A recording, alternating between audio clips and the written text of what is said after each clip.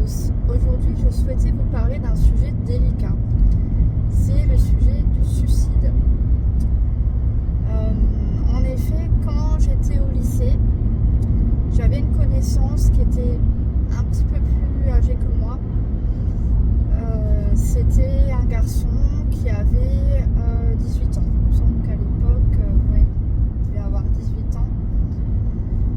Et j'avais un ressenti étrange depuis quelques jours par rapport à lui. J'avais comme une sensation d'éloignement, comme si on me poussait à prendre un peu mes distances.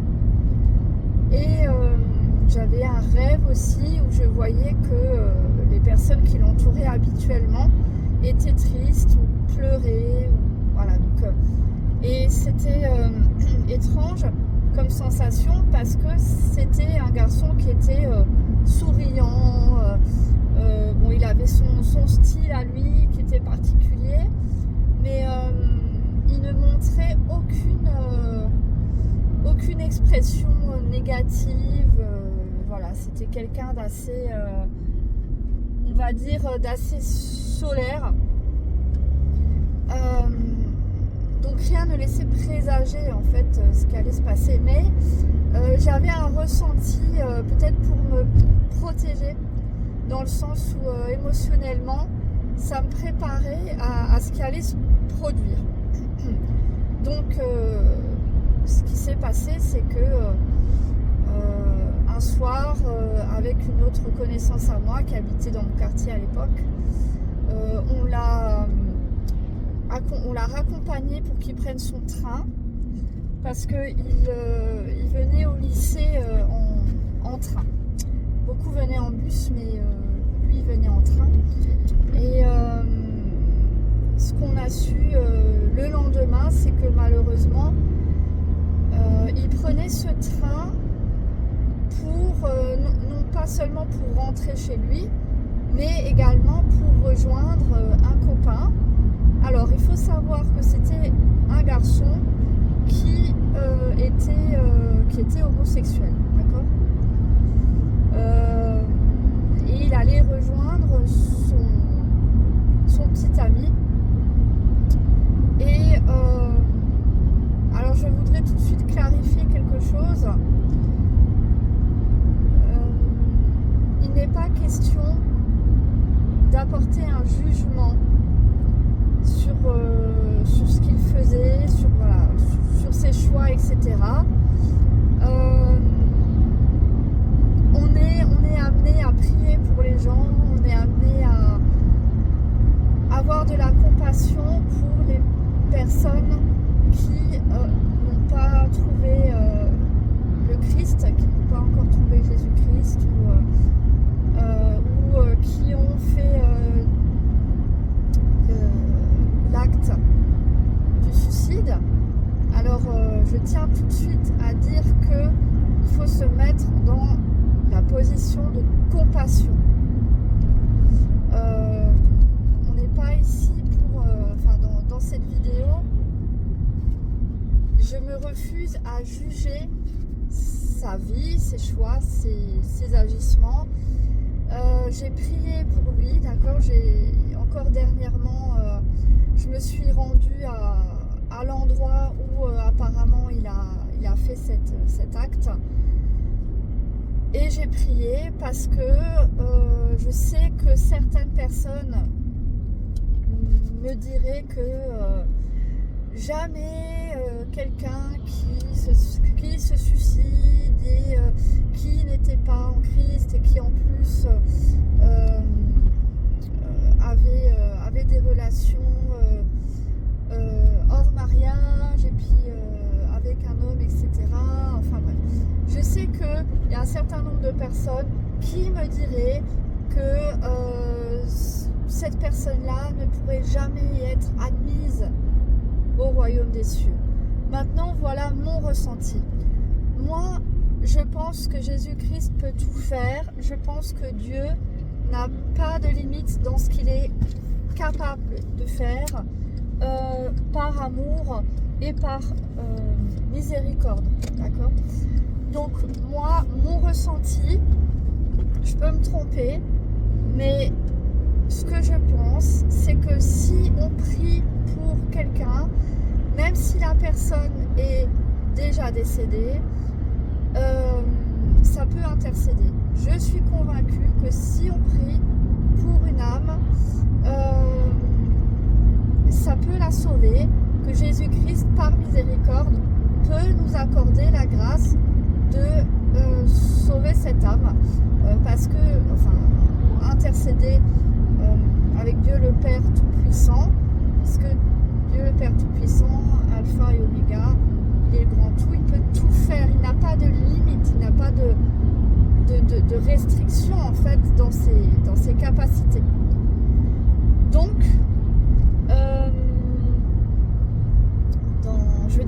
dans ses capacités quand on prie, quand on fait une prière, quand on fait une demande, voilà, pour moi, dans mon ressenti, Dieu est illimité et il peut faire des choses très très très grandes par amour, par miséricorde, d'accord? Voilà, donc c'était juste la petite parenthèse. On revient maintenant à ce qui s'est produit. Je ne vais pas dire son prénom, mais donc ce qui s'est passé, c'est qu'il a pris ce train. Apparemment, il aurait voulu rejoindre son petit ami à cette époque-là, puisque oui, à cette époque-là, il était en couple avec un garçon, ce que moi je ne savais pas en fait.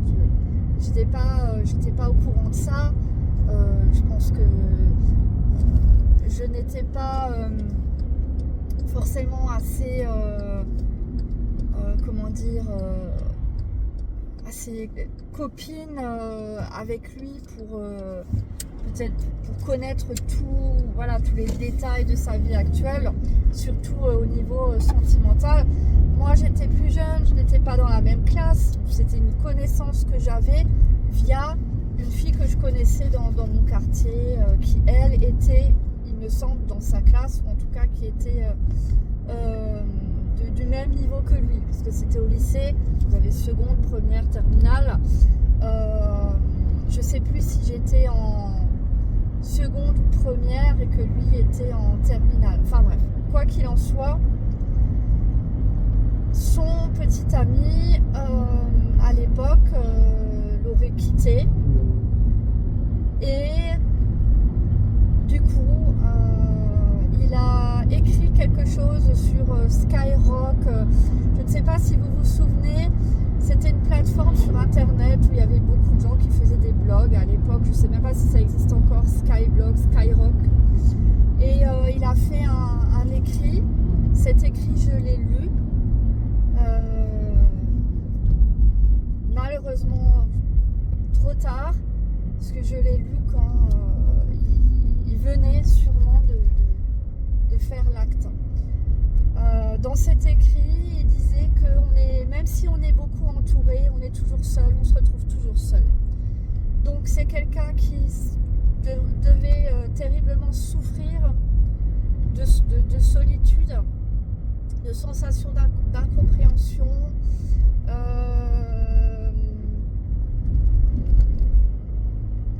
Effectivement, c'était quelqu'un qui était entouré au niveau, humainement parlant. Il y avait toujours des gens autour de lui. Il était souriant. C'est pour ça que je vous dis que physiquement, il n'y a rien qui laissait penser qu'il aurait fait ça en fait. Mais en réalité, intérieurement, il se sentait très très seul. Et du coup, il a sauté d'une tour. D'accord ? Il a sauté d'une tour. Et il n'a pas survécu. Donc, ce qui s'est passé ensuite, bien sûr, c'était le choc. Et j'ai mis quelques années à m'en remettre, en fait, parce que, comme comme j'avais eu ce fameux rêve et ces ressentis étranges, j'ai mis plusieurs années à comprendre qu'en fait j'avais eu ces ressentis, non pas pour empêcher, parce que il y a des choses qu'on ne peut pas empêcher. On peut prier bien sûr pour les gens, mais à un moment donné, il y a des choses que nous, personnellement, en tant qu'incarné humain, on ne peut pas tout empêcher, d'accord. J'ai mis plusieurs années à comprendre qu'en fait, si on m'avait donné ces rêves et ces ressentis, c'était pour que je me protège au niveau émotionnel. Parce qu'il faut savoir que à cette époque, c'était aussi pas évident pour moi. Bon, de toute façon, toute la période scolaire a été difficile à vivre pour moi, puisque ma façon de fonctionner ne correspond pas à la masse, donc forcément à l'école publique, c'était pas pour moi. Et puis on sait très bien que les enfants et les jeunes n'ont pas beaucoup de pitié, en tout cas en France. On sait comment on est élevé pour écraser l'autre, etc., pour se trouver des proies. Donc moi, à l'époque, j'étais trop... Je me laissais tout dire, tout faire. Et puis à la maison, c'était loin d'être facile, parce que ma mère avait des gros soucis de santé. Enfin bref, voilà. Sans rentrer dans les détails, j'ai eu des périodes très difficiles au niveau émotionnel, et encore plus si on compte mon hypersensibilité, mon TDAH, qui fait que, comme le psychiatre lui-même me l'a dit, je fonctionne comme 1% des gens. C'est-à-dire que au niveau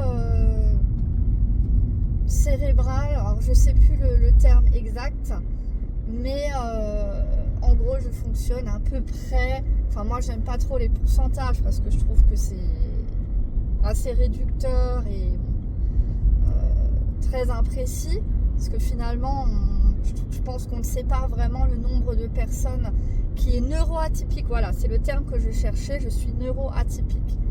Donc le psychiatre m'a bien dit, quand j'ai été diagnostiquée neuroatypique vers 30 ans, 29 ou 30 ans, il m'a dit que ce monde, en tout cas en France, le système en France n'est pas fait pour moi, puisque je fonctionne comme 1% des gens, en gros. Donc vous pouvez imaginer que le système scolaire, pour moi, ça a été une souffrance. Je parle du système scolaire public. Si j'avais pu accéder à une méthode Montessori, ce genre de choses, peut-être que les choses auraient été différentes pour moi. Certainement d'ailleurs qu'elles auraient été différentes. Mais voilà. À l'époque, ça n'existait pas comme aujourd'hui. Et puis surtout, c'était encore plus cher. Et voilà, mes parents n'auraient pas eu les moyens de me mettre en école Montessori, en fait. Donc voilà. Pour moi, c'était déjà... Désolée, je perds ma voix. C'était déjà une souffrance quotidienne, donc que ce soit à la maison, à l'école. Donc je pense qu'on a voulu me protéger.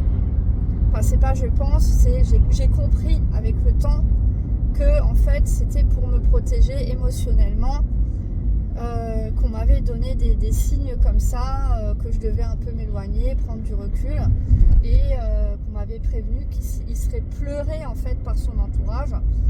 Ce que je ne comprenais pas, enfin je veux dire, quand il était là, je me disais mais je comprends pas pourquoi j'ai ce rêve ou j'ai ces ressentis, parce que extérieurement, ça c'est souvent après certaines personnes qui se suicident, les gens ils disent je comprends pas, extérieurement il n'y a vraiment rien du tout qui montrait que la personne elle allait faire ça, enfin voilà. Donc ce qui s'est passé ensuite, bon, il y a eu après le choc l'enterrement, et quand j'ai était à l'enterrement, j'ai vu sa mère et son petit frère. Sa mère était dans un tel état de souffrance qu'elle criait, elle était au sol. Le petit frère donc, de celui qui s'est suicidé tenait sa mère, enfin essayait comment dire, d'être un appui pour la mère, qui était complètement, bien sûr, effondrée au sol, qui criait de douleur. Donc, ça m'a beaucoup marqué émotionnellement. D'ailleurs, j'avais des spasmes musculaires, tellement ça m'a fait un choc émotionnel en fait.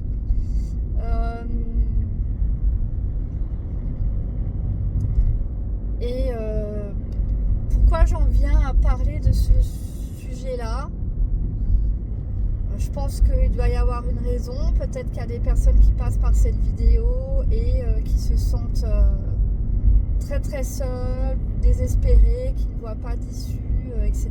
et qui vont tomber sur cette vidéo et que peut-être que ça va les aider.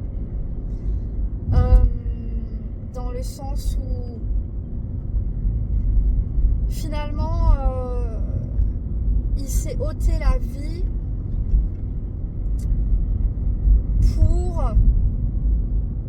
pour une illusion, d'accord? Et ce que je dis là, c'est vraiment avec compassion. Je me répète, il n'y a pas de jugement, c'est une constatation. Il s'est enlevé la vie pour une illusion. L'illusion, il faut avoir la compréhension que ce monde, il est là pour qu'on puisse propager la lumière du Christ. Il est là pour qu'on puisse essayer de donner. Mais si on attend que ce monde nous rende ce qu'on vient prendre, c'est-à-dire que si on vient ici pour prendre, on sera dans l'illusion. On sera dans l'illusion, on sera dans la souffrance.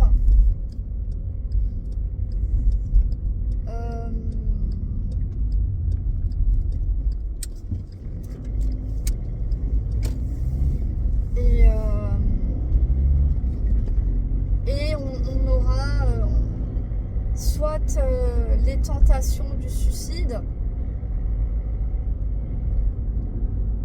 parce que on croit que il n'y a que ce monde qui peut nous donner et qui peut nous appartenir, et du coup quand on voit que quelque chose ne nous appartient pas vraiment, là en l'occurrence la personne elle s'est fait quitter, donc quand on se dit mais mince, en fait ce que je pensais qui m'appartenait, ben ça ne m'appartient pas vraiment. Mais si on part dans cette pensée-là, que seules les choses du monde peuvent nous appartenir, alors effectivement, quand on les perd, ou quand on n'arrive pas à les avoir, on a l'impression qu'il n'y a pas d'issue et qu'il n'y a rien d'autre qui nous attend. Alors que c'est complètement faux. C'est pour ça que je disais que c'est une illusion. Parce que ce qui nous attend, c'est le royaume des cieux. Ce qui nous attend vraiment, et ce qu'on peut vraiment avoir, c'est le royaume des cieux, qui en plus est éternel.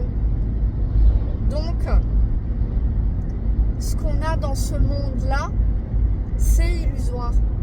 Dans le sens où le mal nous fait croire que ça n'est que ça qu'on peut attendre, ce monde matériel.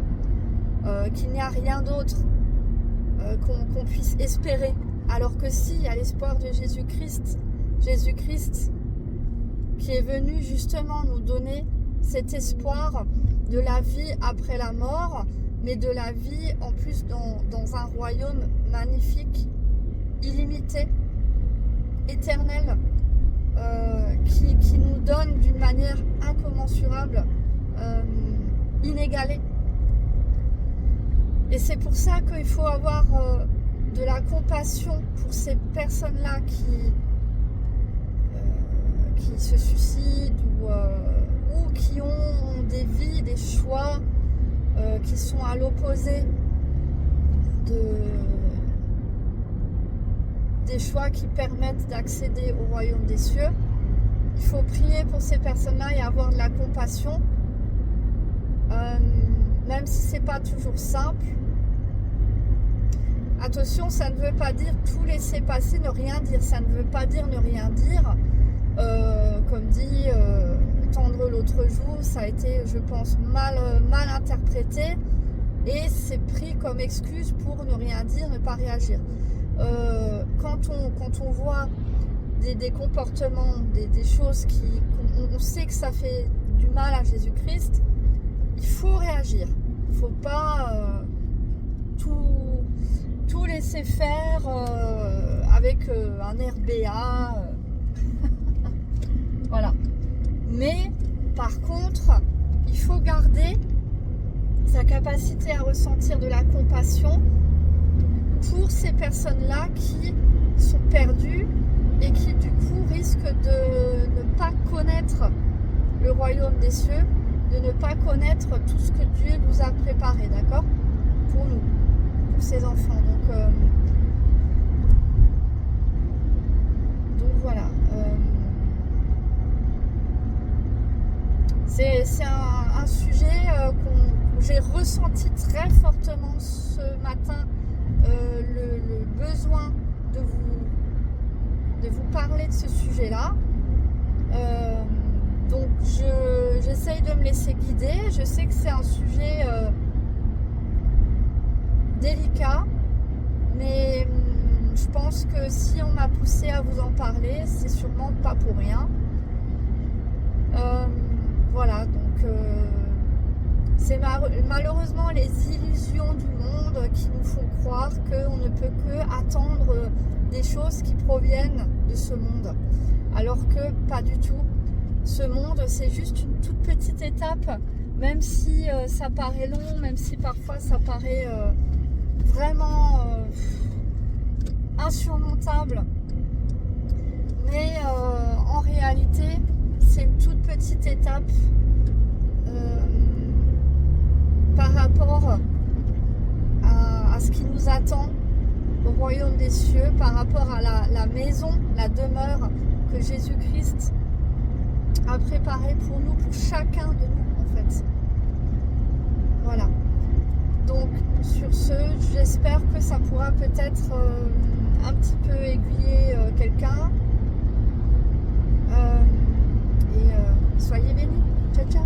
La Bible invite les personnes accablées à venir à Dieu plutôt qu'à abandonner. Venez à moi, vous tous qui êtes fatigués et chargés, et je vous donnerai du repos. Matthieu 11h28, l'Éternel est près de ceux qui ont le cœur brisé. Psaume 34/18, l'espérance chrétienne est que Jésus-Christ est venu apporter la vie, même au milieu de la souffrance. Moi, je suis venu afin que les brebis aient la vie, et qu'elle l'ait en abondance. Jean 10.10